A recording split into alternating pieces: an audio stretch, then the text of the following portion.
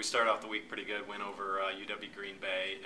It's good to play at home for us, and last year we didn't have that advantage. We were on the road a ton, and this year I see our team really taking that advantage, making the most out of it in the Al McGuire Center. And Friday night was real tough against Middle Tennessee State, and we're going to have to see them again in about a month down at their place, so we know we'll be in for a tough tilt with them. And then obviously, Sunday to be in a 5-gamer with the number 9 team in the nation in Minnesota. It's a real bummer for us that we didn't win. And there we were at 9-9, 10-10, right in the battle, all the way to the end. And so I think there's a lot of things. There's a lot of silver lining to that gray cloud of losing. And we're not about to hang our hat on moral victory, even though we lost the match. So, but we look at the things that we're doing technically, systematically, and most importantly, just as a team. The stick-to-itiveness, the battle, the fight, the grind, and then the elite level play that we're able to get out of our group on that weekend. And so the real challenge for us then now is, okay, now we're starting Big East play. Are you willing to do that? Are you willing to give what you gave against Minnesota? Are you willing to do that every single night, every single practice? That's the only thing that's going to allow us to be a better team. And I feel like our team already, the practice that we had earlier this week, and as we're preparing for South Florida when they roll in here this weekend, it's a good start, and our team's getting just grittier. And so, South Florida represents a big match for us. I keep kind of teasing the team. I said, hey, how about as a Big East coach that I get to start 1-0 on the year instead of 0-1, because both seasons so far that I've been here in the past, we dropped the opening Big East game, and sometimes it's by design of our opponent, sometimes by misfortune. And so last year we went into kind of limping into Big East play, and Beyer was out with a shoulder injury, and we're just kind of reeling a little bit as a team, trying to piece it back together to get ready to go on the road. And so far this week, knock on wood, everybody's healthy, and for the most part, and including Beyer, and she just really provides a lot for us in terms of the stamina, the just kind of the mentality, the grittiness that we have within our group, the competitive juices get flowing with her out there, and she's done a really great job now as a senior, really propelling our program forward.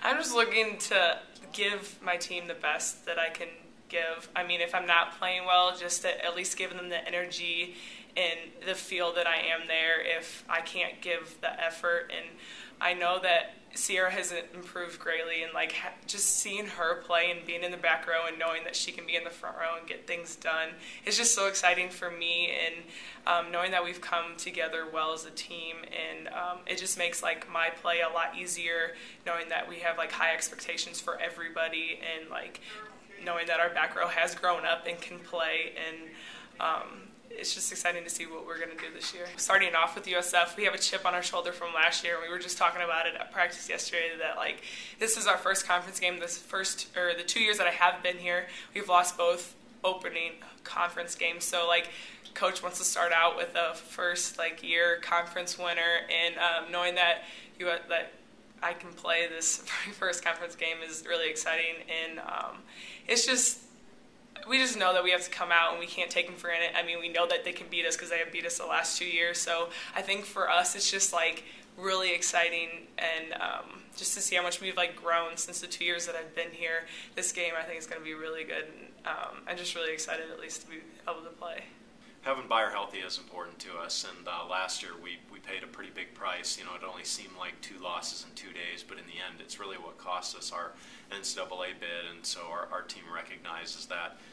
That's not her fault. It's not anybody's fault. Accidents happen. We just have to try to push past them, and I think we have more players on our team that are ready to fill that void when if that need arises. But when we're at full tilt and our group is healthy, including Beyer, there's just something special that we have going right now within our team, and it gives me a lot of pride as a head coach, and our coaching staff gets excited about actually being able to coach tactically and technically rather than try to coach and get the intangibles out of our team all the time. The come on, that kind of coaching is really cheerleading, and we've moved past that now in our program. First couple of years here, we had to do a lot of cheerleading just to get our team believe that they could do it. Now they know they can do it, and so it's about us getting them really focused in on the techniques, on the system, on how to beat our opponent point for point, and Beyer's been a big part of that. So having her healthy, having her ready to go, along with the rest of the team, our full starting lineup ready to go, is going to be a big thing for us this weekend against South Florida.